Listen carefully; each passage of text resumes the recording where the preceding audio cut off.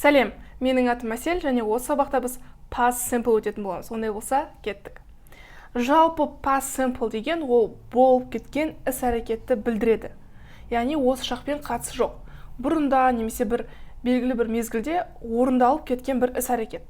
Мысалы, кеше орындаған бір іс-әрекет болуы мүмкін, ол yesterday, кеше yesterday, немесе 3 or 4 days ago, 3-4 күн бұрын, немесе 3 or 4 weeks ago, months ago, яғни ago деген сөз ол бұрын деген сөзді білдіреді.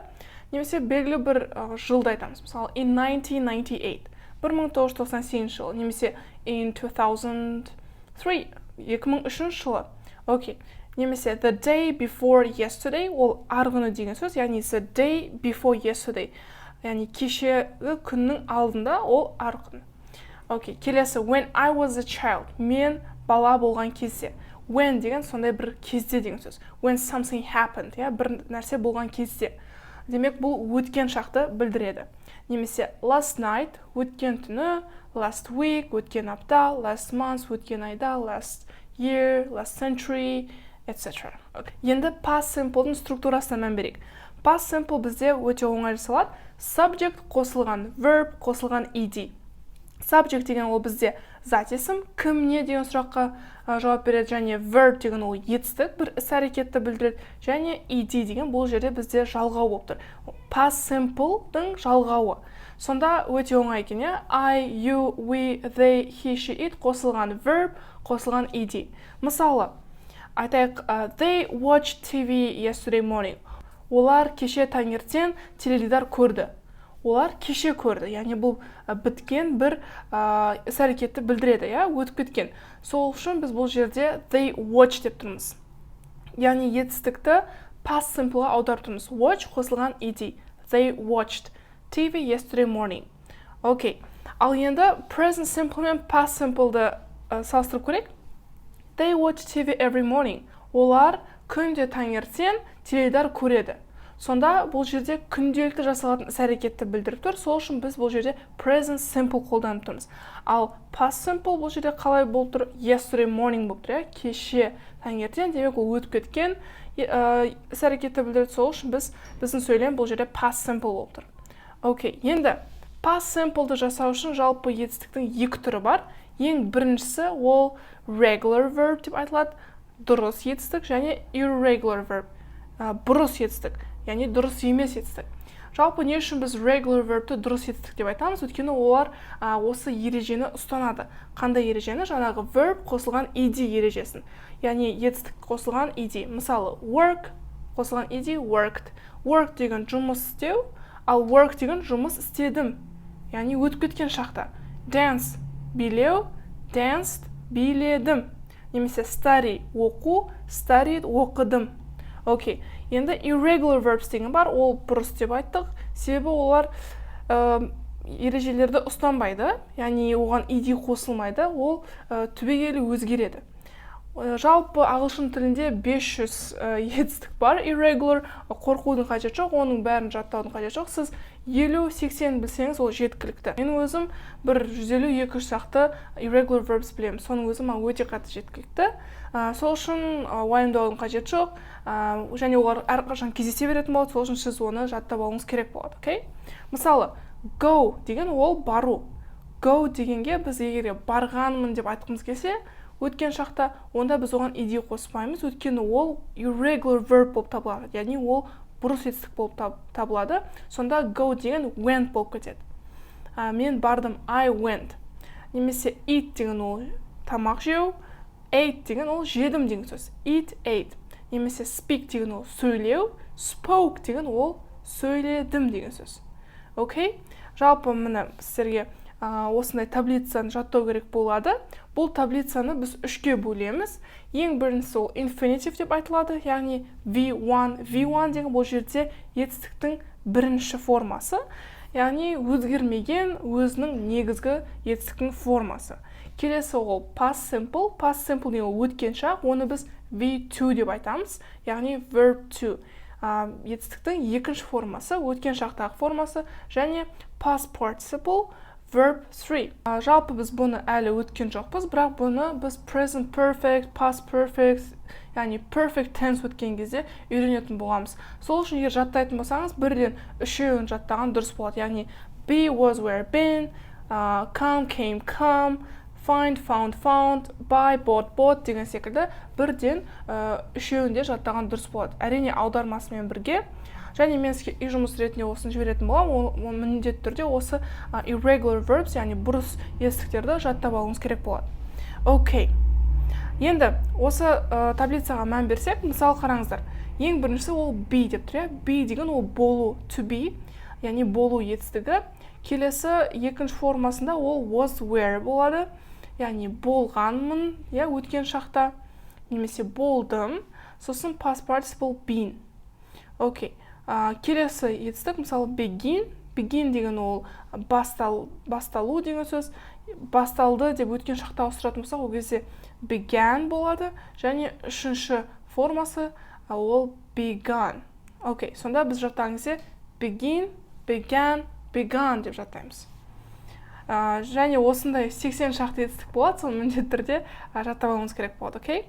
Енді ең басты сұрақ, етістік дұрыс па, бұрыс па, оны қайдан білем десеңіз, егер етістік осы irregular verbs тізімінде жоқ болатын болса, демек ол бізде қандай дұрыс етістік. Сол үшін сіз ed-ді қоса бересіз.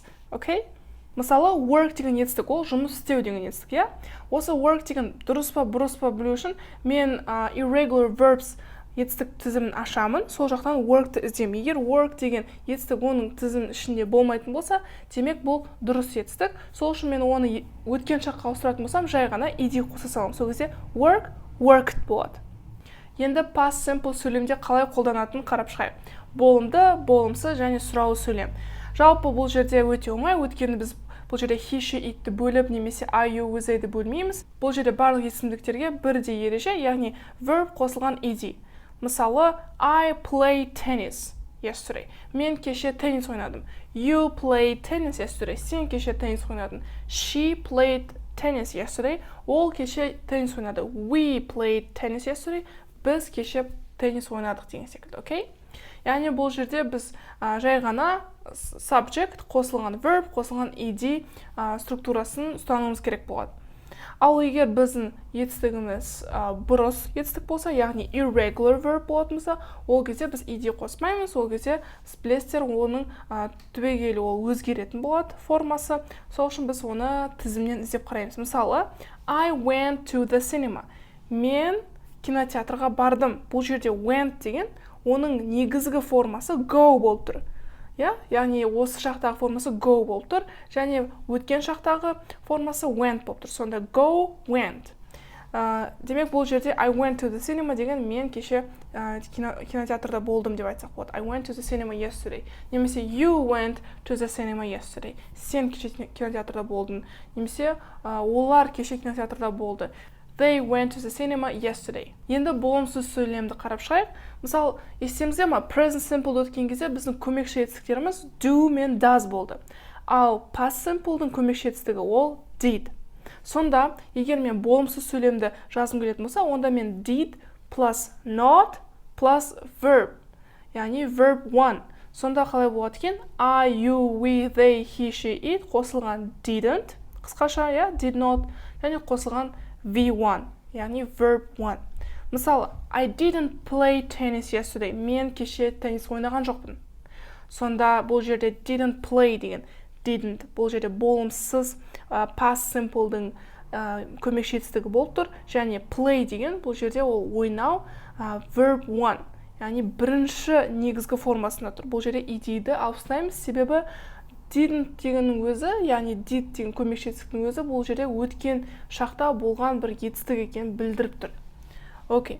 Немесе I didn't go to the cinema. Егер біздің етістігіміз irregular болатын болса, яғни бұрыс болатын болса, ондай кезде біз didn't-ті қосамыз, және қосылған осы етістіктің бірінші формасы, яғни V1. Went дедік, біз алдында I went to the cinema. Мен кеше кинотеатрда болғам. I went to the cinema yesterday.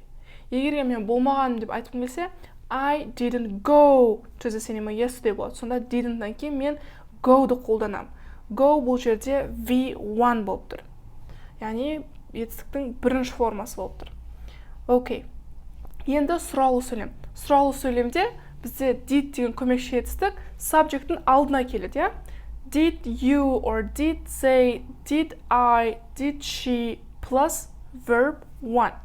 Мысалы, did you play tennis yesterday? Сен кеше теннис ойнадың ба? Yes, I did. Я ойнадым. Немесе no, I didn't. Жоқ, ойнаған жоқпын. Бұл жерде қысқаша жауап береміз, я? Yes, I played tennis. Немесе no, I didn't play the tennis емес. Бұл жерде қысқартып жауап берсек болады. Келесі сұрақ, мысалы, did you go to the cinema? Сен кинотеатрға бардың ба? Yes, I did. Я бардым. No, I didn't. Бұл жерде де did бірінші келіп тұр. Я сұраулы сөйлемде өткен бұл past simple'дың көмекші етістігі алдыға келіп тұр. Содан кейін you, subject, содан кейін go. Бұл go деген ол бару V1. Етістіктің бірінші формасы, okay? Okay, now let's talk about the spelling of past simple verbs. Енді біз осы өткен шақтағы етістіктердің жазылуына мән берейік. Егер біз етістікке ed қосқан кезде бізде үш жағдай болады екен. Ең біріншісі, егер біздің етістігіміз дауыссыз әріпке бітіп жатса, мысалы work дегенде бізде k-ға бітіп тұр, я? Сол кезде біз жай ғана ed қоса саламыз. Сонда worked болады. Ал егер біздің етістігіміз i-ға бітіп тұрса, i деген дауысты әріпке бітіп тұрса, онда біздің ed-дағы e-міз түсіп қалады. Сол үшін жай ғана d қоса саламыз. Сонда dance, danced болады. Окей? Келесі жағдай ол y. Егер біздің етістік y деген әріпке бітетін болса, және оған ed қосылатын болса, ол кезде біздің жалғауымыз ied болып кетеді. Мысалы, study, studied. Ал енді достар, to be етістігінің өткен шағына тоқталып өтсек. Осы to be етістігін өткен кезде мен сізге айтқан болатын. Жалпы to be-дің үш шағы бар. Осы шақ, өткен шақ және келер шақтағы формулар. Осы шақтағын біз өттік. Am, is, are. Енді өткен шақтағысын өтейік. Өткен шақтағысы ол was, were. Жалпы was, were деген ол болған, болдым деп аударылады. Мысалы, айтайық, last year I was 22, so I am 23 now. Алдың жыл мен 22-де едім, ал қазір мен 23-темін. Сонда бұл жерде I was 22 деген мен 22-де болғанмын деп тұр. Өткен шақта айтылған. Және бұл жерде was бен were айырмашылығы неде екен? Was деген біз I, he, she, it пен қолданамыз, және жекеше зат есіммен. Ал were дегенді біз you, we, they мен қолданамыз, және көпше зат есіммен. Окей. Енді осы was, were-дің болымсыз және сұраулы сөйлемдеріне тоқталып өтсек, жалпы болымсыз сөйлемдер түсе өте оңай. Was, were-нан кейін біз not-ты қосамыз, сонда қысқаша біз wasn't немесе weren't деп айтсақ болады. Мысалы, we weren't happy with the hotel. Яғни бұл жерде бізге отель ұнамады деген сөз, я? Егер тура аударатын болсам, ол жерде былай болады, біз осы отельмен бақытты болмадық, яғни бізге ұнамады деген сөз. Weren't happy. We деп тұр, ол көпше, яғни біз, сол үшін біз бұл жерде were'ді қолданып тұрмыз, және болымсыз түрде ол were not, weren't болады. Сол кезде we weren't happy with the hotel. Енді сұраулы сөйлемді қарайық. Where were you yesterday? Сен кеше қайда болдың? Where деген ол қайда, where деген ол болдың. You деген сен немесе сіз, және yesterday деген кеше. Сонда where were you? Сен кеше қайда болдың? I was with my friends. Мен достармен бірге болдым деген сөз. Окей. Осымен біздің сабағымыз аяқталды. Past simple'да міндетті түрде irregular verbs тізімін жаттап шығыңыз, және келесі сабақта кездескенше. Bye!